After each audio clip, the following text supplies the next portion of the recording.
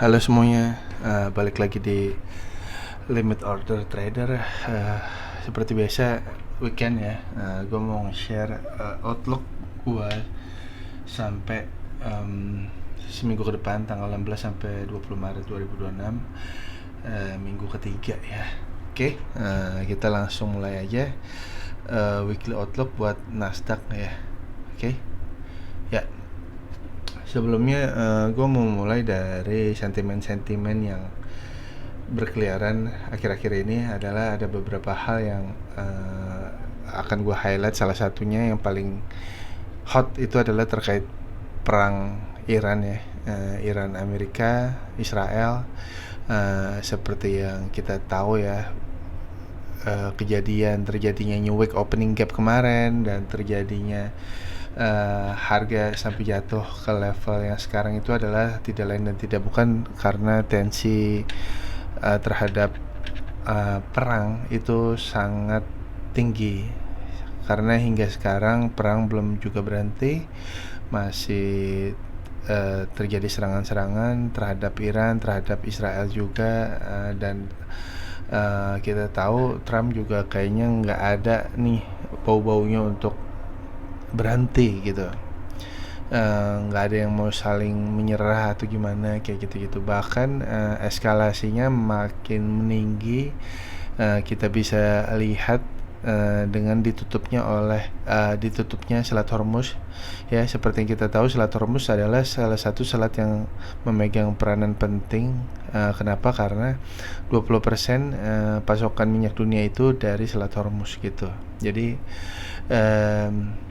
lumayan amat sangat berdampak ke seluruh dunia ya gitu. Harga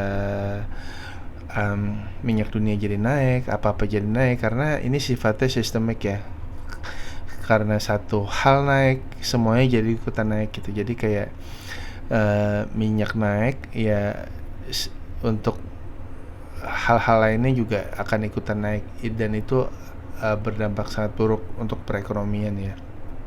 Jadi apalagi banyak hal yang dilakukan oleh Iran untuk melawan hegemoni Amerika ya. Salah satunya Selat Hormuz, juga serangan-serangan dari Iran dari hari ke hari juga nggak mereda, makin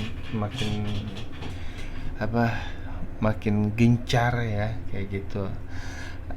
Belum lagi kemarin juga sempat nonton YouTube bahwa Profesor Jiang juga meramalkan bahwa Amerika akan kalah, yang kayak gitu-gitu. Jadi ini akan jadi literally market crash sih kalau beneran Amerika kalah kayak gitu. Nggak tau lah kayak gitu ya. Udah gitu, so far sih sentimen-sentimen yang kalian lihat di sini itu adalah sentimen bearish buat gue pribadi ya. Salah satunya adalah terkait minggu ini akan ada FOMC minute yang akan mengeluarkan rate cut ya dari US. Dan seperti yang kalian lihat, harapan masyarakat memprediksi bahwa rate cut akan terjadi makin berkurang gitu. Dan kemungkinan paling besar adalah menahan suku bunga. Nggak dinaikin ya, cuma menahan aja. Itu aja tuh udah bikin bearish market kayak gitu. Jadi gue kayaknya akan cenderung bearish. Belum lagi sentimen untuk ceasefire atau gencatan senjata antara Iran dan Israel dan Amerika juga nampaknya tidak akan terjadi dalam waktu dekat ya, kalau gue baca-baca. Jadi ini kayaknya masih akan berlangsung lama ya. Kemungkinan sih gue sih berharap ya tengah tahun udah kelar atau akhir tahun udah kelar gitu. Cuma ya kita lihat aja lah nanti. So far sih sentimen-sentimennya itu bear semua ya. Jadi belum ada yang gue ngeliat ada katalis oke nih buat terjadinya market rebound. So gue pengen kan nih ya, kalau ada ceasefire terjadi dalam waktu dekat dan beberapa hari ke depan, mungkin rebound akan terjadi. Itu satu. Artinya kemungkinan dibukanya Strait Hormuz juga akan segera terjadi. Terus juga lagi kalau red cut itu beneran terjadi, wah itu akan jadi rebound juga yang kayak gitu-gitu. Jadi so far buat gue pribadi, gue berharap semua yang gue lihat, yang kalian lihat di sini tuh nggak terjadi. Misalkan kayak ceasefire itu akan segera dirampungkan dan red cut juga akan segera di-cut. Cuma gue ngerasa kayaknya ini nggak akan terjadi dalam waktu dekat ya gitu. Sentimennya makin jelek aja sih buat gue. Itu dari berita-berita yang gua dapatkan. Sekarang kita lanjut ke Nasdaq ya. Seperti yang kalian lihat, ini Nasdaq ini time frame weekly ya. Gua udah ngecharting dari berapa minggu yang lalu, 3 minggu atau 4 minggu yang lalu, bahwa ini adalah relative equal low yang sangat smooth ya, sangat mudah sekali terbaca. Ini adanya liquidity yang sangat besar di sini. Jadi gue expect untuk terjadi swap di sini ya. Seperti yang kalian lihat, pembukaan New Week Opening Gap hari Senin kemarin langsung swap di sesi Asia, di London rebound, rejectnya sampai suspension block, habis itu dia turun lagi. Oke. Jadi so far buat gue pribadi, meskipun ini swap, gue kayaknya akan tetap tendensi gue untuk bearish sampai mana? Sampai ke relative equal low nya yang ada di sini nih, di sekitar level 23266 ya. Di sini kalau kalian lihat ada level-level yang relative equal low ya. Di sini juga, di sini. Jadi ya mungkin akan mencapai level ini untuk target gue selanjutnya ya. Target pertama gue mungkin akan menunggu di New Week Opening Gap yang warna biru nih, yang kalian bisa lihat ada New Week Opening Gap. Target kedua gue untuk long term, gue mungkin akan target ke relative equal low. So far gue akan bearish sampai kapan? Sampai kalaupun dia rebound,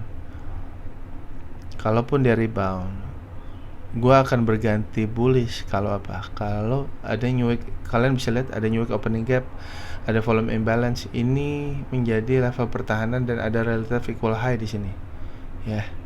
Kalau ini ke break dan close di atas, gue mungkin akan mempertimbangkan untuk jadi bullish sampai mana? Sampai relative equal high yang ada di sini ya. So far begitu. Itu untuk weekly. Kita pindah ke daily. Dan di daily gue pribadi ya bearish banget ya. Kalian bisa lihat ini pola market makers sell model versi ICT.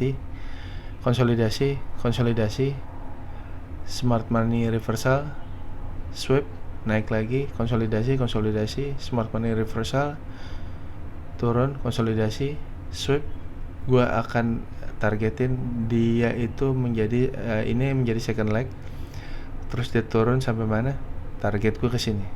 So, seperti yang gue bilang, ini time frame daily. Jadi target gue masih bearish so far. Balik lagi yang gue ceritain, gue akan bullish kalau ada beberapa level yang bakal di break ya.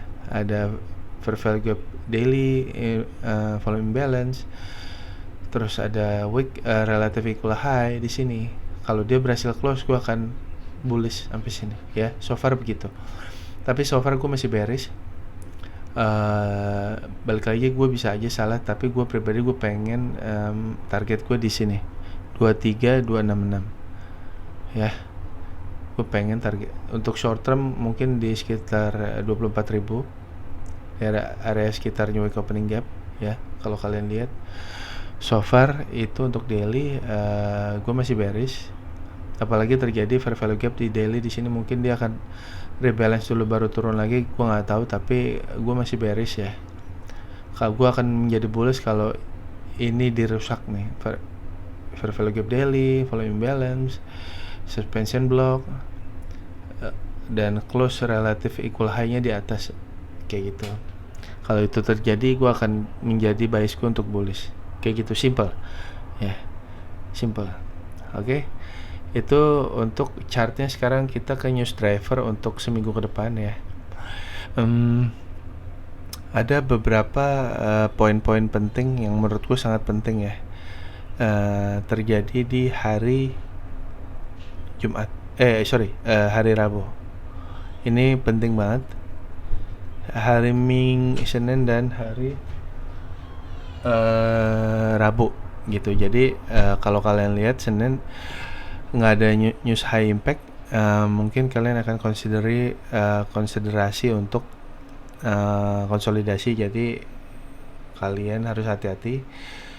Kalaupun ada setup bagus, main pendek aja.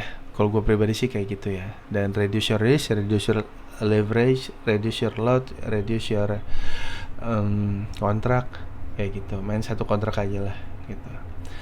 Dan paling gue pantau banget itu adalah hari Rabunya. Rabunya itu wah ini serem banget ini. Ada PPI, ada red cat, ada FOMC economic projection. Jadi ini bakal volatil banget. Gua kayaknya fix gua nggak akan trade di hari Rabu karena gua nggak tertarik ini. Banyak ketidakpastian, terutama kalau FOMC minute-nya itu mengeluarkan terkait rate cut Federal Fund Rate.